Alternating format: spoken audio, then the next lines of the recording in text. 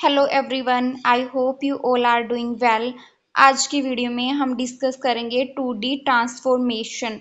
2D transformation computer graphics के अंदर बहुत ही इम्पोर्टेंट टॉपिक हम बोल सकते हैं।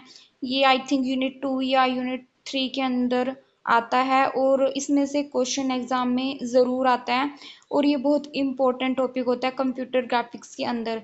अगर आप भी कंप्यूटर ग्राफिक्स सब्जेक्ट्स को स्टडी कर रहे हैं, चाहे वो अपने किसी भी एग्ज़ाम्स के लिए प्रिपेयर कर रहे हैं, तो ये टॉपिक आपके लिए बहुत इम्पोर्टेंट रहने वाला है। सो चलिए हम आज स्टडी करते हैं 2D ट्रांसफॉर्मेशन को। तो transformation is a process of modifying and रिपोजिशनिंग the existing graphic.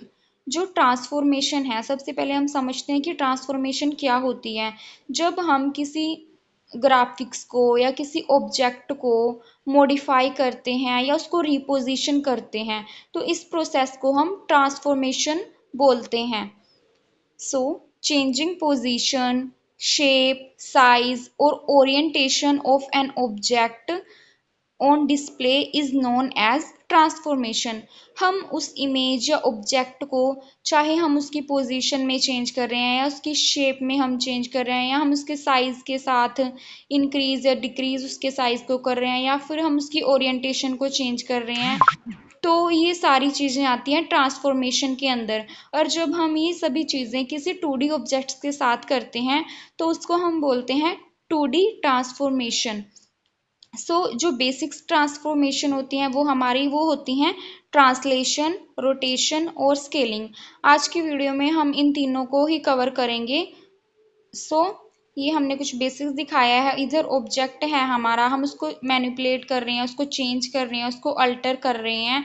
हम उसकी पोजीशन, साइज, शेप या फिर ओरिएंटेशन में चेंज कर रहे हैं। हम उसके व्यू में हम जूम इन या जूम आउट कर रहे हैं। तो ये हमारी ट्रांसफॉर्मेशन होती है कि ये ओवरऑल किसको ट्रांसफॉर्मेशन बोलते हैं, ये दिखाया गया है। जो हमारी मेन होती हैं, जो बेसिक्स होती हैं, वो हमारी तीन ही ट्रांसफॉर्मेशंस होती हैं: ट्रांसलेशन, रोटेशन और स्केलिंग। इसके अलावा हमारी अदर ट्रांसफॉर्मेशन भी होती हैं, रिफ्लेक्शन और शेयरिंग। हम इनको भी आने वाले वीडियो लेक्चर्स में कवर करेंगे। यहाँ पे हमने दिखाया है, ये हमारा पूरा कोऑर्डिनेट है। हमने एक पॉइंट था हमारे पास एक्स वाई, हम उस पॉइंट को चेंज करके, उसकी पोजीशन को चेंज करके एक्स डेस वाई डेस पर ले आते हैं। ये कहलाती है ट्रांसलेशन।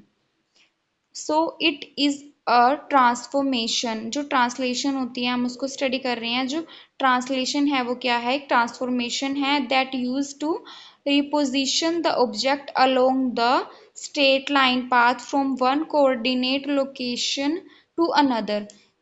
इसमें क्या होता है, हम किसी ऑब्जेक्ट को एक स्ट्रेट लाइन के अलोंग एक कोऑर्डिनेट के अंदर उसको रिपोजिशन कर रहे हैं। इस प्रोसेस को हम ट्रांसलेशन बोलते हैं। Reposition a point along a straight line, we need to translate whole objects. I hope हमें ट्रांसलेशन क्लियर है।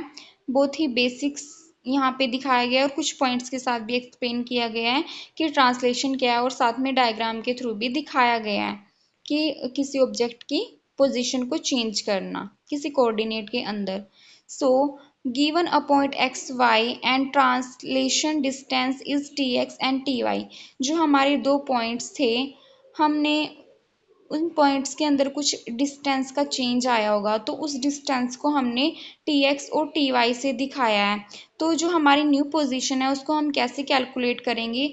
जो हमारी x dash y dash new position है उनको हम कैलकुलेट करते हैं x dash is equal to x plus t x, y dash is equal to y plus t y. हमारी दो इक्वेशंस आती हैं। जो ये टी एक्स और टी वाई का पेयर है, इसको हम बोलते हैं ट्रांसलेशन वेक्टर या फिर शिफ्ट वेक्टर, क्योंकि हमारे जो ऑब्जेक्ट की पोजीशन में जो शिफ्ट आता है उसको हम शिफ्ट वेक्टर बोल सकते हैं। यहाँ पे हमने रिप्रेजेंटेशन दिखाई है किसकी फॉर्म में? एक मैट्रिक्स इक्वेशन की फॉर्म में, by using a column vector. जो P हम कंसीडर करते हैं वो हमारी ओरिजिनल एक्स वाई पोजीशन होती है। P डैश हमारी जो न्यू पोजीशन है वो होती है, और जो टी होता है हमारा डिस्टेंस होता है वो टी एक्स और टी वाई।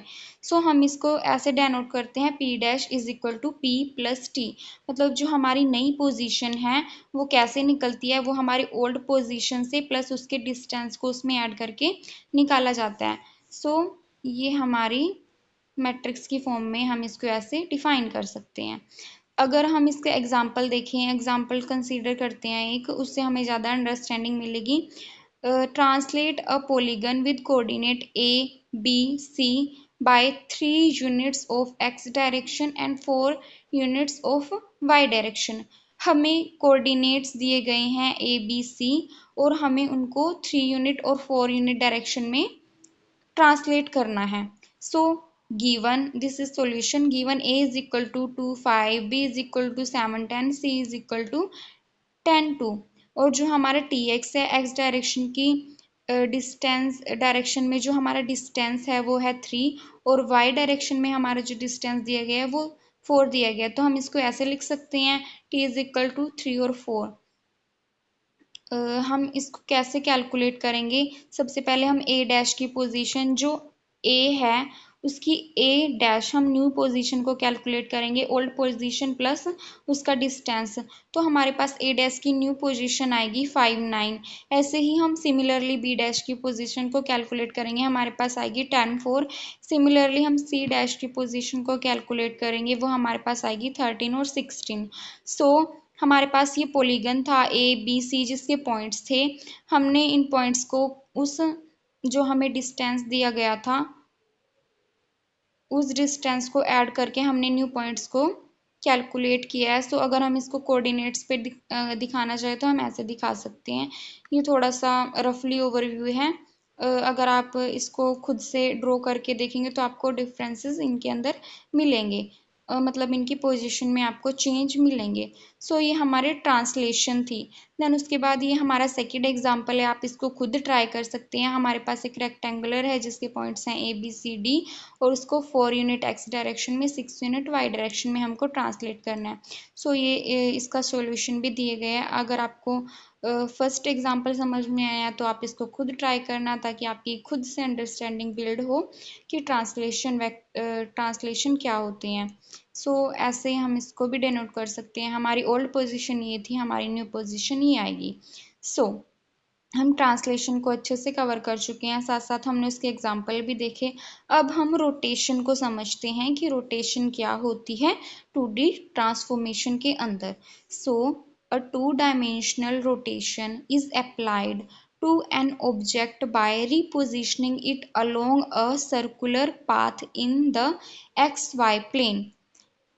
हम रोटेशन के अंदर क्या करते हैं, जो हमारी ऑब्जेक्ट है हम उसको एक सर्कुलर पाथ में रिपोजिशन करते हैं एक्स वाई प्लेन कोऑर्डिनेट के अंदर। हम इसके अंदर जो कन्वेंशंस हैं वो यूज़ करते हैं। अगर हमारे पास थीटा पॉजिटिव है, ओबियसली हम रोटेशन की बात कर रहे हैं तो हमारे पास एंगल का तो जिक्र होगा ही, तो एंगल को हम थीटा कंसीडर करते हैं, इसमें हमारे पास एंगल दिए रहेंगे। अगर हमारे पास थीटा पॉजिटिव होता है तो हमारी जो डायरेक्शन है वो anti clockwise counter clockwise direction हम उसको बोल सकते हैं। मतलब जो थीटा अगर हमारे पास पॉजिटिव है तो हमारी डायरेक्शन एंटी क्लॉकवाइज होगी। अगर हमारे पास थीटा नेगेटिव है मींस हमारी जो डायरेक्शन है वो क्लॉकवाइज है। सो हम ऐसे इसको डेनोट कर सकते हैं। आप ये देखिए हमारे ये पोजीशन थी, हमने इसको ऐसे सर्कुलर पाथ में रोटेट किया, देन हमारे पास न्यू पोजीशन आती है पी डैश। ठीक है। सो हम इसको इस कोऑर्डिनेट इस प्लेन में ऐसे दिखा सकते हैं। हमारे पास ये एंगल था फाई में थीटा एंगल को ऐड भी किया जाता है। देन उसके बाद हमारी जो पोजीशन आती है वो आती है P dash X dash Y dash. So जो हम इसको जो फॉर्म होती है एक्चुअली उसमें डेनोट करते हैं। हमारे ओरिजिन कोऑर्डिनेट थे इन टर्म्स ऑफ फाई। हमारे पास सबसे पहले तो ये वाली पोजीशन थी ना, ये पोजीशन थी, यहाँ पे हमारा ये पॉइंट था, हमारे पास पहले एंगल फाई बना हुआ था यहाँ पे, और हमारे पास पॉइंट था एक्स वाई। तो हम इसके रिस्पेक्ट में इसके टर्म्स में अगर हम अपने कोऑर्डिनेट्स को फाइंड करें तो हम ऐसे फाइंड करेंगे। हमारे पास कोस फाई आएगा एक्स डिवाइड बाई आर। जो एक्स है वो डिस्टेंस है, ये डिस्टेंस जो x है वो ये डिस्टेंस है, और जो r है वो हमारी ये है रेडियस। सो उस साइन को हम कैसे कैलकुलेट करेंगे, y डिवाइड बाई r, जो y है वो ये वाला डिस्टेंस है। सो हम कोस r और कोस फाई और साइन फाई को ऐसे लिख सकते हैं। अगर हम x की वैल्यू फाइंड करना चाहें यहाँ से, सो हमारे पास x की वैल्यू आएगी r कोस फाई और y की वैल्यू हमारे पास आएगी r साइन फाई। अब हम क्या करते हैं, इसको ट्रांसफॉर्म करते हैं दूसरी पोजीशन पे, तो हमारे जो कोऑर्डिनेट्स हैं वो आएंगे, transform coordinates in terms of phi and theta for p dash x y dash. अब हमारी जो पोजीशन है वो p से p डैश हो गई है, और हमारे जो एंगल में चेंज आएगा वो फाई तो ऑलरेडी एंगल था, उसके अंदर हमारे पास थीटा एंगल भी ऐड होगा। सो हम इसको लिख सकते हैं cos phi plus theta is equal to x dash divide by r. अगर हम यहाँ से एक्स डैश की वैल्यू कैलकुलेट करें, हमारे पास आएगी x is equal to r cos phi plus theta. अगर हम इसको थोड़ा और आगे डिवाइड करें तो हम यहाँ पे कोस ए प्लस बी का फॉर्मूला लगाते हैं, जो होता है कोस ए कोस बी माइनस साइन ए साइन बी। तो इसको हम आगे फॉर्मूले के थ्रू एक्सपेंड करते हैं। सो हम आर को अंदर डिवाइड करते हैं, हमारे पास वैल्यू आएगी r cos phi cos theta minus r sine phi sine theta. जो आर कोस फाई है उसकी वैल्यू हमने यहाँ पे फाइंड कर ली थी ऑलरेडी। हम आर कोस फाई को एक्स लिख सकते हैं और आर साइन फाई को वाई लिख सकते हैं। सो हम यहाँ पे इनकी वैल्यूज को रिप्लेस करेंगे, देन हमारे पास एक्स डैश की ओरिजिनल वैल्यू आएगी, that is X cos phi minus Y sine theta.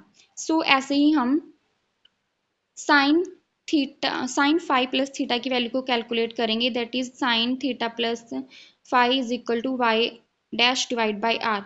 Again Y dash की वैल्यू को यहाँ से निकालेंगे, R sine phi plus theta. हम साइन अगेन इसका फॉर्मूला लगाएंगे, साइन ए प्लस बी का फॉर्मूला होता है साइन ए कोस बी प्लस साइन ए साइन बी। हम इस फॉर्मूले को एक्सपेंड करेंगे, हमारे पास ये इक्वेशन आएगी, देन उस इक्वेशन में आर को अंदर मल्टीप्लाई करेंगे, हमें मिलेगा r sine phi cos theta plus r cos phi sine theta. हम अगेन यहाँ पे आर साइन फाई की वैल्यू को रखेंगे वाई कोस को एज इट इज, और आर कोस फाई की वैल्यू को रखेंगे एस, और साइन थीटा को एज इट इज। सो हमें मिलेगी वाई डैश की वैल्यू, हमें वाई डैश की वैल्यू मिलेगी y dash is equal to x sine theta plus Y cos theta. So हमारे पास दो इक्वेशंस आ जाती हैं, एक्स डैश और वाई डैश। सो हम रिलेशन इक्वेशन की बात करें तो इनके अंदर जो रिलेशन इक्वेशन है वो ये बनेगी मैट्रिक्स की फॉर्म में, अगर हम इनको डेनोट करना चाहें। सो पी डैश मतलब हमारा जो ओरिजिनल पॉइंट है वो, उसके अंदर हम रोटेशन को मल्टीप्लाई करेंगे, p dash is equal to p into r. जो आर है वो या तो क्लॉकवाइज हो सकता है या एंटी क्लॉकवाइज हो सकता है, तो इसकी दो अलग कंडीशंस बनती हैं।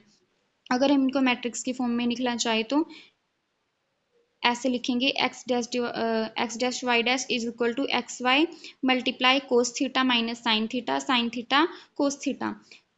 और हम इसको ऐसे भी लिख सकते हैं, मतलब ये कॉलम की फॉर्म में, तो ऐसे रोज की फॉर्म में भी हम इसको डेनोट कर सकते हैं। और ये हमारी जो कंडीशन थी, ये जब हमारे पास थीटा पॉजिटिव था, मतलब हमारी डायरेक्शन एंटी क्लॉकवाइज थी, तब हम इस मैट्रिक्स का यूज़ करते हैं। अगर हमारे पास जो आर है वो क्लॉकवाइज है, मतलब हमारे पास थीटा नेगेटिव है, तो हम इस मैट्रिक्स का यूज़ करेंगे। इसमें बस जो साइन है वो नेगेटिव हो जाएगा, और जो ये वाला साइन है वो पॉजिटिव हो जाएगा।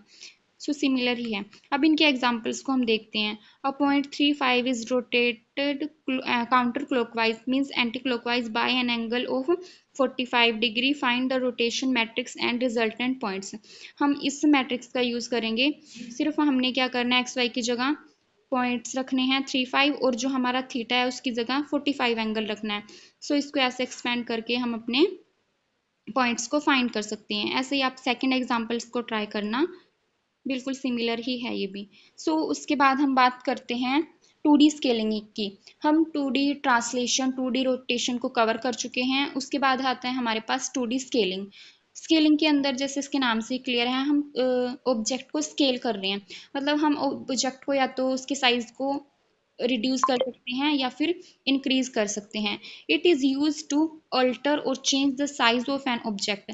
ये किसके लिए यूज़ किया जाता है? अगर हम ऑब्जेक्ट के साइज को अल्टर मतलब चेंज करना चाहते हैं, तब हम 2D स्केलिंग का यूज़ करते हैं। The operations can be carried out for polygon by multiplying the coordinate value x y of each vector by scaling factor।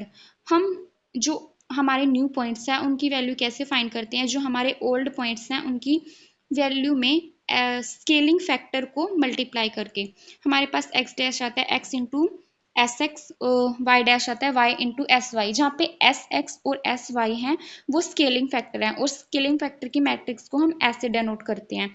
बाकी हम इसको लिख सकते हैं p dash is equal to p into s, जहाँ पे एस है स्केलिंग फैक्टर। और जो ये हमारे पास स्केलिंग फैक्टर है, इससे ही हमारा डिसाइड होता है कि जो हमारा ऑब्जेक्ट है वो क्या होएगा, वो एनलार्ज होएगा, वो डिक्रीज होएगा, या उसमें कुछ चेंज नहीं होएगा, वो या डिस्टोर्टेड होएगा। अगर हमारे पास एस एक्स एस वाई की वैल्यू ग्रेटर देन 1 आ जाती है तो हमारा ऑब्जेक्ट एनलार्ज होएगा, मतलब उसका साइज जो है वो इंक्रीज करेगा।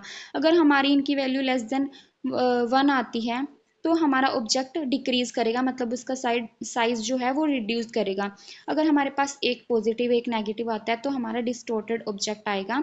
अगर हमारे पास 1 वैल्यू है तो हम उसमें कोई चेंज नहीं करेंगे। सो ये स्केलिंग्स की कंडीशन थी। अब हम इसके एग्जाम्पल के थ्रू स्केलिंग को समझते हैं कि स्केलिंग को कैसे इम्प्लीमेंट किया जाता है।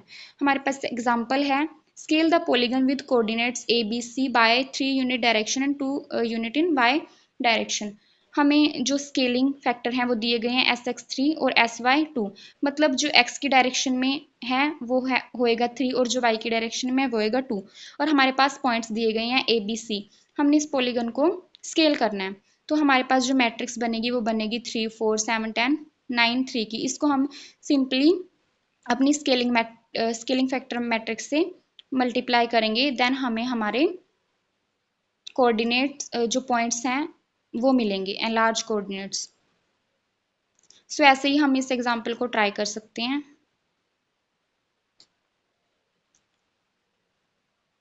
हमें सिंपली कुछ नहीं करना, जो हमने मैट्रिक्स देखी हैं पीछे सिंपली उनमें वैल्यूज ही पुट करनी है, देन हमें हमारी जो पॉलीगन के स्केलिंग पॉइंट्स हैं वो मिल जाएंगे। सो यहाँ पे हमारा स्केलिंग भी कवर होता है। सो हमने आज जो तीन बेसिक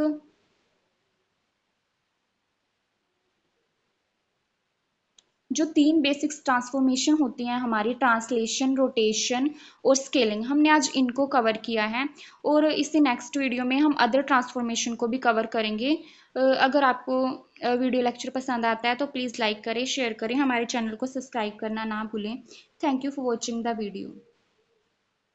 और इसकी एग्जाम्पल्स जो हैं आप उनको एक बार प्लीज़ खुद से ट्राई करना, खुद से लिख के देखना और सॉल्व करने की कोशिश करना। हमने दो दो एग्जाम्पल्स तो आई थिंक हर ट्रांसफॉर्मेशन के ऐड किए हैं, तो आप प्लीज़ उनको एक बार सोल्व करना खुद से, तभी इसकी आपको अंडरस्टैंडिंग मिलेगी। So thank you guys.